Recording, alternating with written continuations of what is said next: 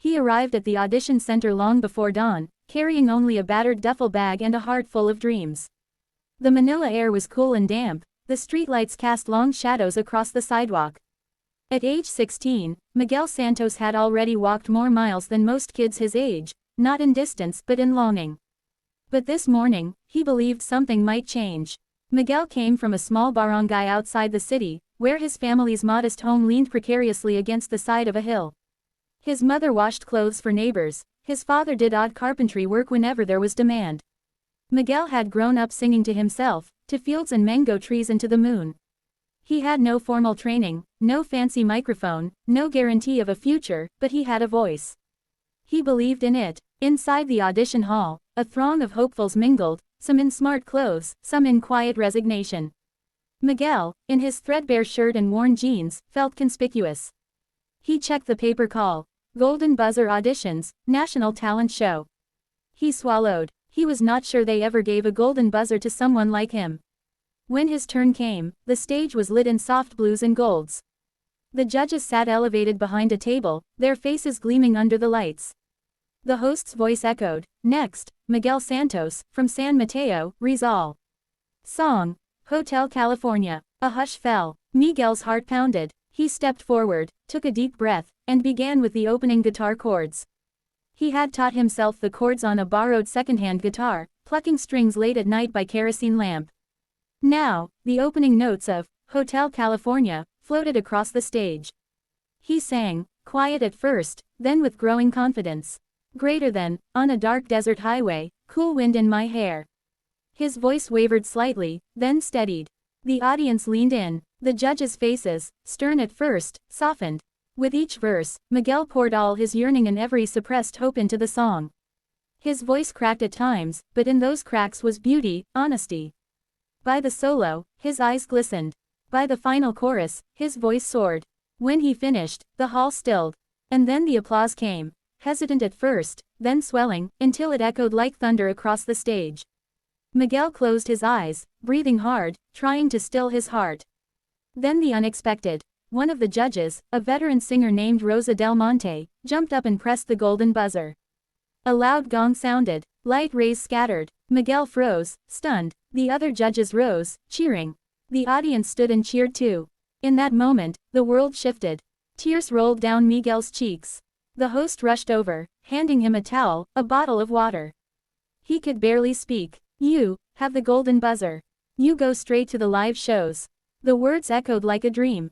Dash dash dash. Almost overnight, Miguel's life spun into something unrecognizable. From the dusty roads of his barangay, he was flown to Manila, housed in a modest apartment, given vocal coaching, stage training, and mic lessons. At home, his parents cried when they heard the news on the television. Neighbors gathered. The barangay chairperson pinned a simple banner, "Congratulations, Miguel." But it was not just the fame that moved Miguel.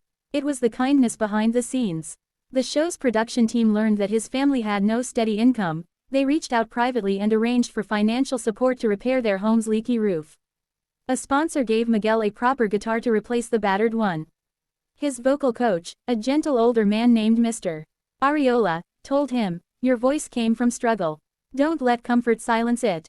Sing your truth." Miguel held that advice close. As the live show auditions approached, Miguel felt waves of fear. The stages were bigger, the lights brighter, the judges more exacting. Each night he practiced late, his voice raw, his body tired. Yet he showed up. One evening, before a live broadcast, Miguel wandered out onto a balcony overlooking the city skyline. He felt small in that vast sea of buildings, lights, noise. And he wondered, was this really where he belonged? Was he just a novelty, a viral moment? Could he withstand the scrutiny, the pressure? As he stood there, his phone buzzed. A text from his mother, "We are proud. Just sing from your heart." It stung him with love. He thought of his mother, washing clothes under the sun, of his father's splintered hands. He thought of the mango tree in their yard, under which he first sang, in secret, alone. Something inside him steadied. On the night of his live performance, Miguel chose again, Hotel California. He knew some would say it was risky, everyone had heard it before. But he wanted to reclaim it, to make it his own, to show what his voice had become. The stage was cavernous, lights danced. The arrangement was new, Soft strings, a quiet piano introduction, then the familiar guitar riff. Miguel walked to the center, closed his eyes, and let the first note come. This time, his voice was different, mature, nuanced, colored by all his pain and hope. When he transitioned into the solo, he arced notes that lifted the audience's breath. He held silences between lines, letting the emptiness speak. When he finished, the hall erupted. The judges were on their feet, tears glinting on some cheeks. The host leaned in, his voice thick. That was magical. Yet, the biggest twist came after the broadcast. A woman in the audience, whose name was Elena Cruz, approached Miguel backstage. She was not a celebrity or a judge, she worked at a nonprofit that supports music education in underserved communities. She said she had watched his performance, had been moved to tears, and asked if she could help bring music training programs to his barangay to let more kids like him find their voice. Miguel, stunned, accepted. Not long afterward, in his hometown's barangay multipurpose hall, there was a new music room, bare but hopeful. Elena and some donors donated keyboards, microphones, guitars. Miguel traveled home and helped inspect the setup. At the ribbon cutting, children from the barangay crowded in, eyes shining. He sang, Hotel California, one last time there, on a simple stage of plywood and strings, not for fame, but for home. When he finished, a young girl in the front row stood and began singing quietly along. Miguel caught her eye and nodded. She smiled wide. In the following weeks, news spread of Miguel's initiative. Other communities asked for help. The show producers arranged to partner with Elena's nonprofit to expand the program nationwide. Miguel, now a rising star, visited rural towns, encouraged young singers, performed in small schools, and listened to voices that otherwise might never be heard. In the final round of the national talent show, Miguel did not perform a flashy song. Instead he sang an original composition, a tender ballad he wrote in his small room at night, inspired by his mother's sacrifice and his father's labor. The judges and audience felt each word. When the winner was announced, Miguel didn't shout first. He paused, tears in his eyes, and hugged his coach, his mother, his father. He won the top prize, but the prize felt less like a reward than a beginning. At the award ceremony, Miguel looked out into the crowd. He remembered that dawn, stepping into that audition hall with nothing but his voice and hope. He remembered the golden buzzer's thunder, and the kindness that followed. He remembered Elena's belief and the children back home. And in that moment, he understood. The voice is strongest when it is shared. He said, into the microphone, this is not just for me. It is for every child who sings in secret. For mothers working in sun and rain. For fathers whose hands bear splinters and hope. May we give them a chance to sing. May we be the ones to press golden buzzers, not on stage, but in the hearts and lives of others. The crowd rose in standing ovation. Miguel's tears fell. His mother wept openly. The judges held hands. The future seemed wide open. Epilogue in the telling. Years later, Miguel would reflect on that night when the golden buzzer rang, on what followed, and on the deeper meaning it took on.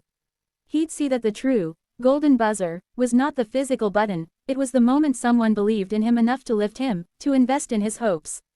And that act of compassion had created ripples beyond his own life. In the barangays he visited, students would graduate from that music room, perform in competitions, send remittances home, go to college. Some would record songs, others would teach music in remote schools. The original room would expand into a national nonprofit that paired talent shows with grassroots music outreach. Miguel's journey made headlines in the Philippines, then internationally. But more importantly, his story became a beacon, that kindness, generosity, and belief can transform lives. His song, Hotel California, was remembered not just for its performance, but for what it represented, a journey out of darkness, toward light, where someone pressed a golden buzzer not just for an act, but for humanity. In the end, Miguel learned, and taught others, that every person carries a song, sometimes muffled by hardship, sometimes unheard in the noise. But when another person listens, encourages, reaches out, a golden buzzer rings inside the soul. So may we, in our everyday lives, be that golden buzzer, the unexpected compassion, the quiet generosity, the belief that lifts someone from obscurity. In small acts, tutoring a child, mentoring a youth, opening doors, offering opportunity, we can press golden buzzers in hearts everywhere. Because the world needs more stories like Miguel's, not just for applause, but for change. And when we act with kindness, the echoes last far beyond the spotlight. Approximately equals 3,000 words. I hope you like this story. If you want me to expand particular scenes, the home life, the music room, or dialogues, or shorten it, or add more twists, I'm happy to revise.